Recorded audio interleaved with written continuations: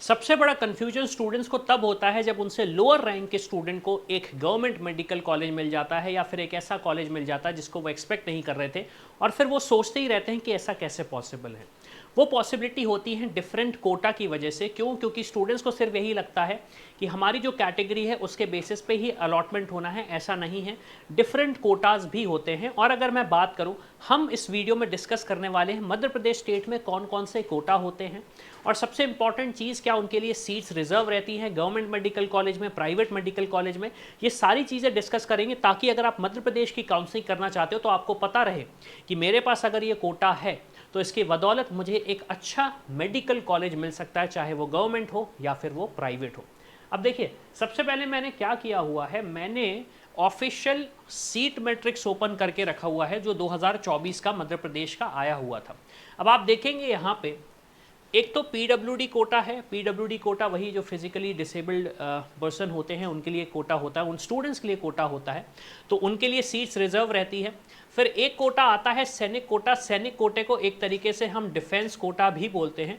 अब डिफेंस कोटा में बहुत सारा कन्फ्यूजन होता है पेरेंट्स को कि अगर हम पोस्टेड मध्य प्रदेश में हैं लेकिन हम नेटिव नहीं है मध्य प्रदेश के, तो क्या हमें ये कोटा मिलेगा, या फिर अगर मैं डोमिसाइल हूँ मध्य प्रदेश का लेकिन मैं पोस्टेड किसी दूसरी स्टेट में हूँ तो क्या मुझे उसका कोटा मिलेगा। तो अगेन इसकी इन्फॉर्मेशन तो आप हमारी टीम से ले सकते हैं। क्यों? क्योंकि ये समझना बहुत ज़रूरी है बेस्ड ऑन दी रूल्स। लेकिन हाँ, अगर आपके पेरेंट्स या फिर आप डिफेंस सर्विसेज में हैं तो आपके बेटे या बेटी या फिर आप एडमिशन ले सकते हैं उस पर्टिकुलर कोटे से। फिर उसके बाद एक कोटा आता है जिसे हम बोलते हैं एफएफ, जो कि बहुत कंफ्यूजिंग है स्टूडेंट्स के लिए, उन्हें ये चीज़ समझ में नहीं आती। इसे हम बोलते हैं फ्रीडम फाइटर कोटा। मतलब अगर आपकी फैमिली में कोई फ्रीडम फाइटर है तो उस कोटे के थ्रू आपको एक इंस्टीट्यूशन मिलने के चांसेस बढ़ जाते हैं। लेकिन यहाँ पे कंडीशंस डिफरेंट रहती हैं, तो उन कंडीशंस को पहले हमें वेरीफाई करना पड़ेगा। उस कंडीशन के बेसिस पे ही हमें फ्रीडम फाइटर कोटा मिल सकता है। ऐसा नहीं है कि मेरे गांव में से कोई था फ्रीडम फाइटर और उनके बेसिस पे मिल जाए। यहाँ पे थोड़े से कंडीशंस होती हैं जो हमें सेटिस्फाई करनी पड़ेंगी। फिर उसके बाद एक कोटा होता है जीएस, जो कि यूजुअली ऐसा कोटा दूसरी स्टेट्स में नहीं पाया जाता, जिसे हम बोलते हैं गवर्नमेंट स्कूल कोटा। तो होता ये है कि अगर आपने अपना एजुकेशन गवर्नमेंट स्कूल से किया, मध्य प्रदेश के गवर्नमेंट स्कूल से किया है, तो आपके लिए कुछ सीट्स फिक्स्ड रहेंगी मध्य प्रदेश की स्टेट में। जैसे कि मैं अगर आपको एग्जाम्पल दूँ, पहला मेडिकल कॉलेज यहाँ पे है गांधी मेडिकल कॉलेज भोपाल। तो यहाँ पे आप देखेंगे 10 सीट्स उन स्टूडेंट्स के लिए रिजर्व्ड हैं जिन्होंने गवर्नमेंट स्कूल से अपना एजुकेशन लिया था, और इन सीट्स पे उनका हक होता है एक तरीके से, और वो एडमिशन ले सकते हैं। अब अगर मैं इसकी बात करूं तो बहुत लो कट ऑफ जाता है, यूजुअली कट ऑफ लो जाता है, जिसकी वजह से स्टूडेंट्स को एक अच्छा ऑप्शन मिल जाता है गवर्नमेंट मेडिकल कॉलेजेस में। अब क्या कोई सब्सिक्वेंट कोटा ऐसा प्राइवेट मेडिकल कॉलेजेस के लिए होता है? मान लीजिए अगर हमें गवर्नमेंट कॉलेज में, मैं सैनिक हूँ, मेरे पेरेंट्स सैनिक हैं लेकिन मुझे वो नहीं मिला, मैं गवर्नमेंट स्कूल से हूँ लेकिन मुझे कट ऑफ क्लियर नहीं हुआ तो मुझे वो ऑप्शन नहीं मिला, तो क्या प्राइवेट कॉलेजेस में मैं कोई ऑप्शन एक्सप्लोर कर सकता हूँ? तो चलिए हम देख लेते हैं प्राइवेट कॉलेजेस में भी क्या क्या ऑप्शंस थे।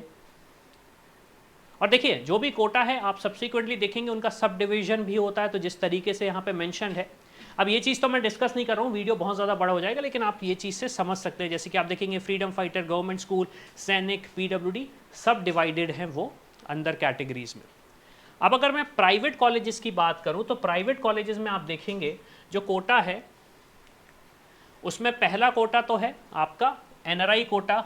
15% सीट्स रिजर्व रहती हैं प्राइवेट मेडिकल कॉलेजेस में मध्य प्रदेश के एनआरआई कोटा के लिए। तो मान लीजिए ये जो इंस्टीट्यूशन है यहाँ पे टोटल 250 सीट्स हैं, तो 38 सीट्स रिजर्व हैं उन स्टूडेंट्स के लिए जिनके पास एनआरआई कोटा है। अब अगेन सबसे बड़ा इशू यही आता है, एनआरआई कोटा स्टूडेंट्स को लगता है किसी को भी मिल जाता है, कोई कैसे भी एप्लीकेबल हो जाता है। ऐसा नहीं होता, प्रॉपर डॉक्यूमेंटेशन होता है, प्रॉपर सारी चीज़ें होती है, उसके लिए हमने एक सेपरेट वीडियो बनाया है। या फिर अगर आपको कन्फ्यूजन है, समझ में नहीं आ रहा कि कैसे प्रोसेस होगा, तो उसके लिए आप हमारी टीम को रीच आउट कर सकते हैं, हम आपको डिटेल में गाइड कर देंगे। फिर इसके बाद आप देखेंगे पीडब्ल्यूडी सीट्स रिजर्व है, अगेन सेम चीज़ है। गवर्नमेंट स्कूल का कोटा प्राइवेट मेडिकल कॉलेजेस में भी अवेलेबल है, government school quota private medical colleges में भी अवेलेबल है। लेकिन यहाँ पे दो चीज़ें हैं जो कि हमें समझना पड़ेगी।